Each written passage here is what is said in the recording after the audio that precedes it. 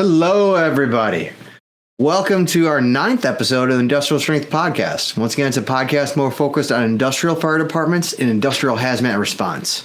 If you don't remember, my name is Randy. I'm a hazmat specialist with 17 years on an industrial fire department doing hazmat. And with me once again are my buddies, Jeff and Steve. That's right. I'm Steve. And for any of the others out there that might be listening, know that means I'm on the road. If Sorry, you know, you know. Long-running joke there.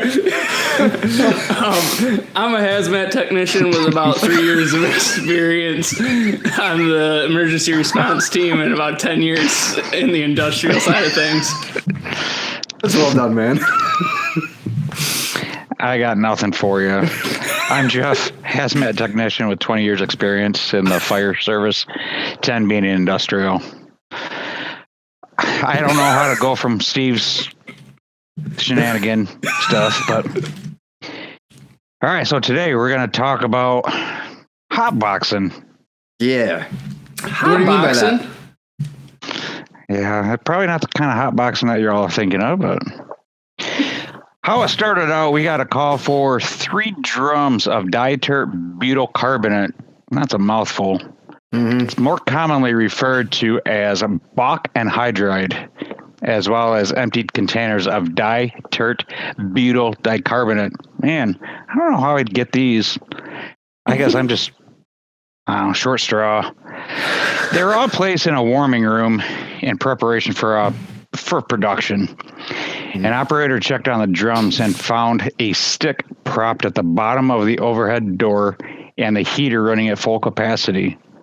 Remember those engineering controls that we keep talking about? Yeah. A check of the drum found that all of these drums had been expanded abnormally, potentially increasing the risk of drum failure. You know, I think it's something about the engineers themselves that are causing these control problems. Could be. Yeah, well, maybe. The warming room had the achievable temperature found to be about 140 degrees.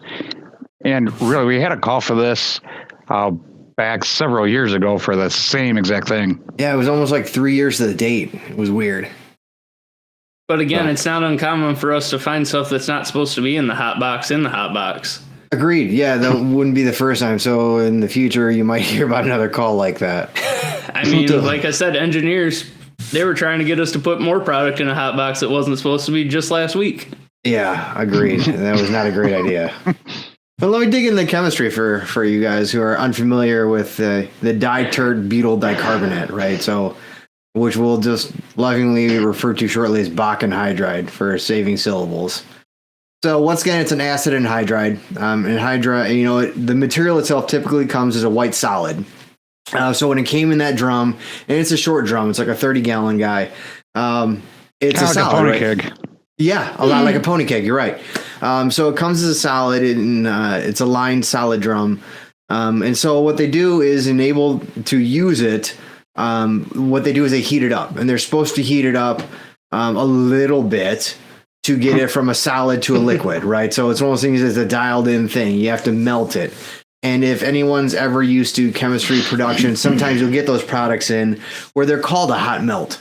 And you have to heat it up to the point where it transitions from a solid to a liquid, and then you transfer it out by pressure or pump, and you pump it in whatever your process is. And this is one of those things. So it was meant to be heated up till it turned just into a liquid, and then they were going to pump it out into the process. So one of those things is typically it's not shipped in a metal drum. I'm going to say that here now. Typically when you get smaller amounts like you'd use in a lab, it's sent in a plastic container. And that's because it can decompose. And when it does, it produces carbon dioxide gas, right? And so the smaller plastic containers allow for a little bit of flexing. So that way it's not ballooning up, pressurizing, or popping containers that it's being shipped in. So that's what happens with your smaller size shipments. But for these metal 30-gallon drum, like I said, looks like a pony keg, and we're supposed to heat it up a little bit to get it to a liquid, right? So it's a solid normally at room temperature, and you need to heat it to about 72 to 75 to get it to melt. So just above room temperature, not terrible, right? But you also have to be aware that the boiling point isn't super egregious. The boiling point is 133 to 135. So definitely within that maximum heating temperature for that hot box room. So, and for this stuff, the main hazard is inhalation toxicity. And so it's really about as toxic as phosgene. And if you remember us talking about phosgene a couple episodes back, it's a chemical warfare agent, super, super deadly in small amounts. Same kind of thing for this material. So if you inhaled a little bit of it, it would wreck your day. But that's because it's an acid, and when it hits liquids, like including your saliva or moist air in your lungs, it's going to then split off into two separate acids and attack you twice. So really, really nasty crap. So once again, we had it because we were using it for a process, and we were supposed to heat it up a little bit, but that's not exactly how it worked. It did get heated a little bit. Just a little bit. So yeah, like Randy was saying, these ones came in a 30-gallon drum with a closed top. And that actually is welded to the top of the body of the drum itself, having two bungs on either side to empty or fill that drum. In this case, we actually had kind of a weeble wobble, and I believe we might have a picture out there of what these drums looked like. Look at that beautiful footage. So, I've seen some bulges before, but that's impressive. Yeah, sure is. A little bit bowed. So now these drums can withstand 120 psi, but that's gonna give that bung a good pop when it goes. Mm-hmm. Kind of a big blow. Now bulging at the top of the drums is typically an indication that the drum has been pressurized by at least 4 psi. These smaller 30-gallon drums may not distend as much as the larger 55-gallon drums, but as that pressure increases beyond the 4 psi, the bottom bulge is going to become more pronounced. You gotta kill yourselves. Thank you, Jeff. Couple of kindergartners over here. Bulging ends are very important to talk about. No, at this point, both the top and bottom of the drums are going to bulge, and that's going to cause the drum to become shaped more like a weeble wobble, as we talked about. As the pressures grow even more, the pinging will be heard. Pinging will be heard, and it'll kind of be a little like a golf ball hitting the aluminum siding. Ting, ting, ting. Now, can you try that ting. The pinging sounds become more pronounced as the drum becomes closer to failure. Even if no pinging is heard, any drum that is bulging on both the top and bottom should be treated as an imminent hazard. Now, it's important for us to remember that an outside observer cannot tell how much pressure is on that drum just by looking at it. And there is no visual indication for if it's just 5 psi or 100 psi and close to blowing. So it's just something to keep in mind. The deformation represents a structural weak point in the drums, which must be assessed prior to handling of that drum. And in the instance... Sorry, today's just not going to be that day. Nice work, call. In the instance of this weeble wobble, you can see that top is actually rolling the crimp point out, and it's very close to failure on that one shown in the picture there. Yeah. No, hey, Randy, so yeah, you said this is a solid that goes into a liquid. Yes. Essentially. So if we take the heat away from that, if you dare move that, how long does it take to get back to its lower pressure? Granted, we're not going to know that because that drum is already deformed and it's not going to go back. Right. So that transition back to a solid with a lower vapor pressure, I mean, once you remove the heat, it's going to start doing it automatically. But I would think probably somewhere in the neighborhood of about 30 to 45 minutes of sitting around would bring it back to a complete solid, right? And that would lower all that vapor pressure from bringing it from a solid to a liquid. And then once again, pretty sure it was at or near boiling. So about a half hour to 45 minutes. So when we get that back into a solid state, is there still a potential to have that pressure? Yeah, that's a good point, because you're right. If while in the liquid state it had any of that decomposition happen, like I talked about when they ship in smaller container shipping in plastic for decomp, the decomp is just going to make carbon dioxide gas, and that's not going to go back in. So once it's decomposed, it's gone, man. And so that carbon dioxide pressure is going to remain constant on that top of that drum. All right, yeah. So now we have to go to the PPE What's selection. on your mind, Jeff? All right, so then what do we do? Bulges and PPPs. Just saying. Wow. So for the PPE, we chose the level B suits. We're looking at chemical for the chemical gases, chemical protective gloves, and of course the SCBA due to that carbon dioxide gassing. Mm-hmm. And while we talked about bringing in the 10.6 V PID downrange to check the escaping gases, due to an oversight on somebody's part, it was forgotten. That happens sometimes, man. Yeah, the greatest plans, right? Did they see something like a squirrel? Could be. Could be a squirrel, or it could have been a stick. Squirrel, or may have been a Richard. I don't know. Right. Ooh. Could have been a bunch of things. That guy keeps getting in the way.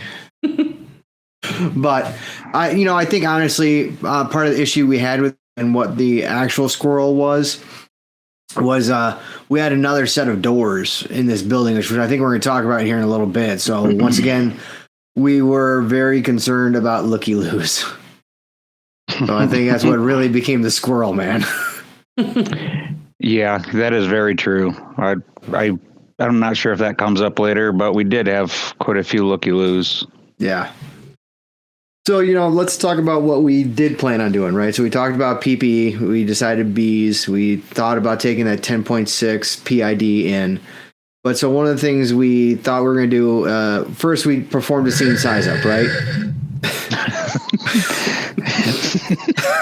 I can't get a vacation anywhere. No. So first we did a scene size up, right? Because we wanted to see what we're dealing with firsthand. Like how many drums had product in it, how many were empty, how many were on pallets. There were some, I didn't think all were on pallets, but we didn't know the full extent of how much actual drums that were containing product. So we had to do a scene size up. So we did that. Production also did that as well before we got on scene, right? So, and one of the other things they did was they realized the error of their ways with the full blast heat and the stick under the door. And they thankfully shut off the heat to that room and fully opened the door to allow for heat dissipation before we ever showed up. So when we they came didn't on want scene, to be caught with a stick in the door. Yeah, that would be a bad thing. OSHA, what?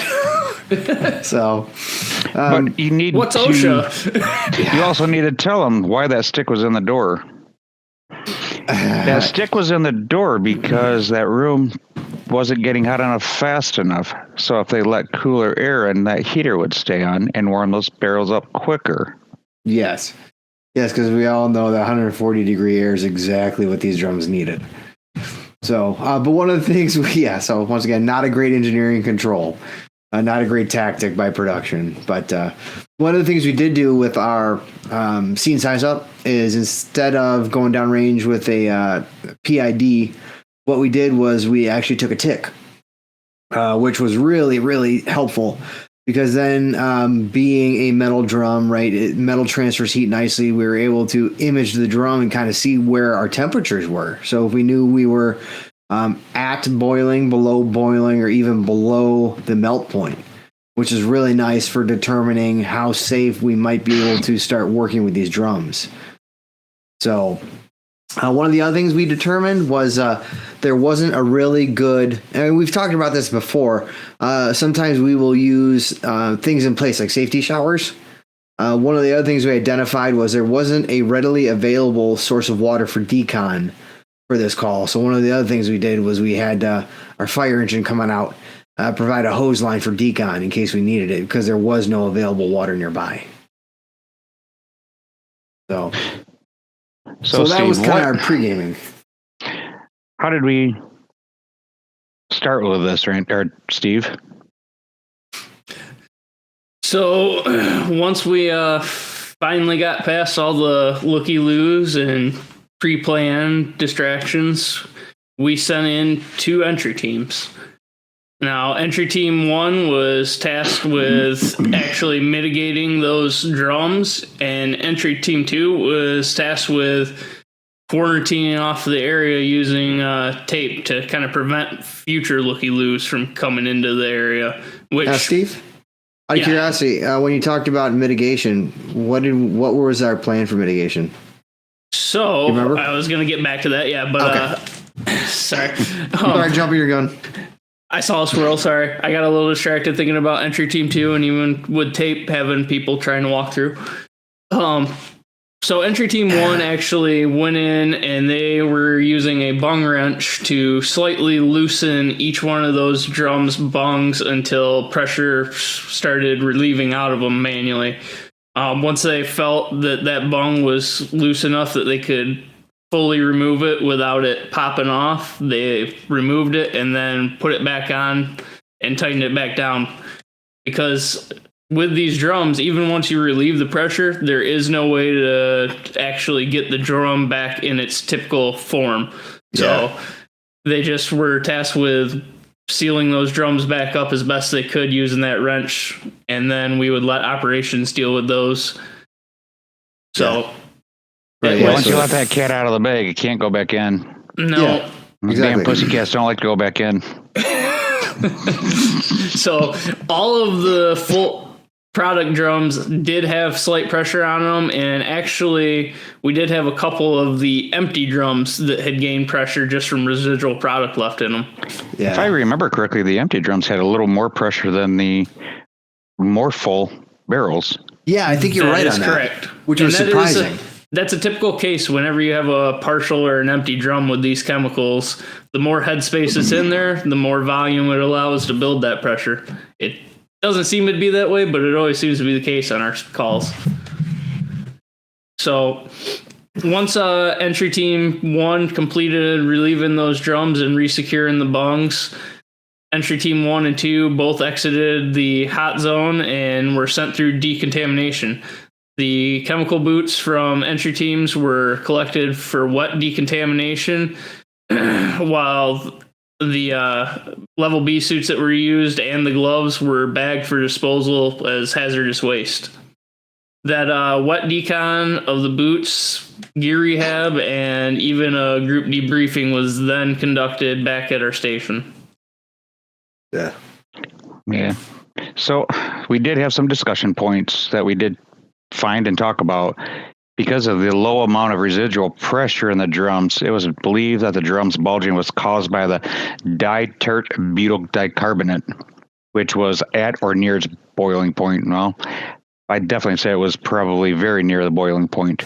I would agree. And that transition from the liquid to gas at that boiling point would have greatly increased the internal drum pressure, allowing for that expansion. And again, once that drum gets deformed, you're not going to see it back to its normal state. Yeah. Then once that heat source was removed, that chemical did return back to its solid, which would have reduced the overall pressure to near zero, which was observed. We did have again some that did have a little bit of pressure, but that was really nothing. Talk about failing engineering controls yet again. I know it seems to be a common theory here, or common topic about every third episode. Yeah. There were no procedures put into place on how to warm these barrels and for how long.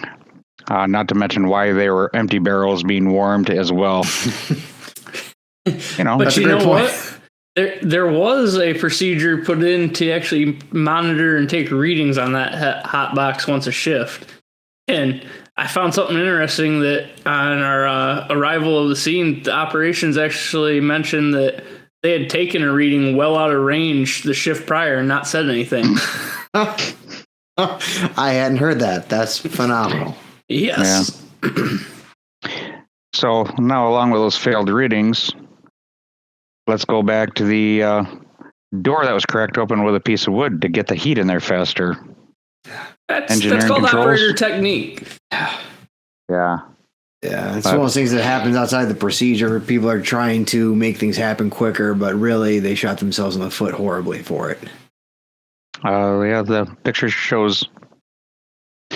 So a suggestion was made during the debrief that Entry Team 2 should not have been given the role of RIT as well. And we've talked about this quite a bit too. Some of our teams do get dual roles. Mm-hmm. And in this case, we actually did have enough personnel for a RIT team. I think we just assume that RIT would have been better suited for Entry Team 2, but again, that's my thought. There's reasons why I think that way, but to each their own. And I would agree with you on that one. This wasn't any type of abnormal operation. Most of the team actually does this in their typical daily routine. Right. I mean, we were fairly confident that the product was a solid again, and we were burping drums, as we like to call it. And so, right, we thought it was low risk. And if there was any pressure, it was carbon dioxide. And Entry Team 2, they were in a better position than what could have been a RIT team because they were within line of sight of Entry Team 1. We like doing that kind of dual tasking for that purpose. So if Entry Team 1 gets in trouble, 2 sees the entire thing coming, and they can jump in and help. So, and then as a side note, the drums that we dealt with on this call were all metal in construction. It has to be noted that same kind of bulging can occur in plastic drums as well. And we have been on those calls more than a few times. Yeah. One interesting thing that our team did years ago was build a pressure relief device that can be used on plastic drums with plastic bung caps. It works by taping a pressure relief device directly onto the main bung cap. This allows for the controlled release of the pressure and also direct venting into a scrubber system if we desire to do that. Yeah, I think we got a picture of this. I believe we do have a right? picture of that, yeah. Yeah. Maybe. I believe we do. There we go. There it is. Yeah, so this is a tool that our team built years ago. Once again, nothing on it super complex, but we got that threaded portion on the bottom. And what it does is it uses, I don't know if any people have really paid attention to the plastic bung caps, but they're threaded. The center section is threaded. And this threads into it. And the little section at the bottom actually cuts a hole into that plastic cap. And it does it securely even when it's under pressure. So it doesn't blow the relief device off. And it doesn't relieve any of the drum contents externally because of all the threads. It catches all the pressure. It's a beautiful thing. And so then we can relieve pressure from those plastic drums using a simple quarter turn. And if we need to, we can remove that cap off the other end, put it on a flex line, and put it through a scrubber in case the material happens to be toxic or hazardous. So, but really, really neat thing that we've had. And I don't know if anyone else has ever mocked up anything like this or had anything like this. I think a lot of people just kind of like burp a drum, right? But sometimes the contents are toxic or flammable or a combination of things, and you might want a better controlled release. And this is something we came up with, I don't know, 5-6 years ago for that purpose. Yeah, somewhere up in there, yeah. Yeah. Then the only other thing we did that isn't shown by this photo is we then coated it. So this was before being painted to be corrosion resistant. So it all got kind of coated inside and out. So that way chemical corrosion does not happen with this. So, but yeah, so neat little thing. So definitely, but once again, this is one of those things that we can only use it on plastic drums, right? We don't have a version of this for metal. So it's one of those things where when we have something like a formic acid or something else that really bulges it plastic wise. And we've even had like ammonium hydroxide do that. If I remember right, we had a call with bulging ammonium hydroxide drums where they were under so much pressure, they were actually starting to compromise the welded plastic seam on the drums.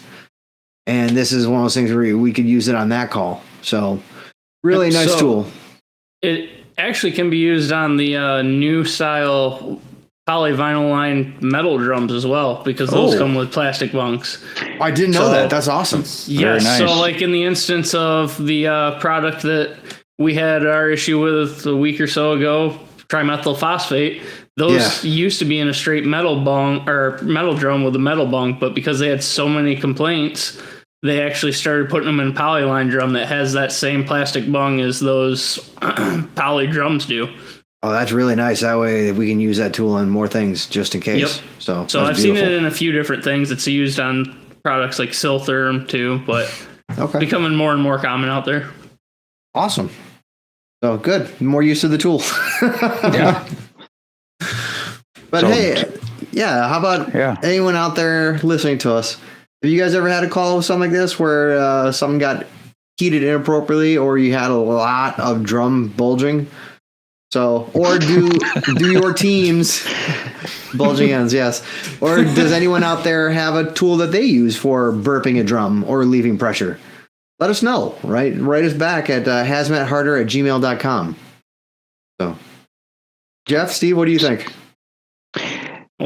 What do you think, Steve, for the next episode? Where do you think we're going to go with this one? First off, as always, I appreciate everyone for listening in. And I don't know. Did we have some sort of a drill that we wanted to talk about? No, that wasn't a drill, was it? No, not yet. No, I think the next thing we're going to talk about is lithium-ion batteries. It is. Ah, that's right. Sorry, I'm thinking a couple weeks from now. That's right. That'll be not a drill. No. Well, thanks all for listening. We appreciate you tuning in, and hopefully tune in for the next episode. Bye. See ya. See you next time.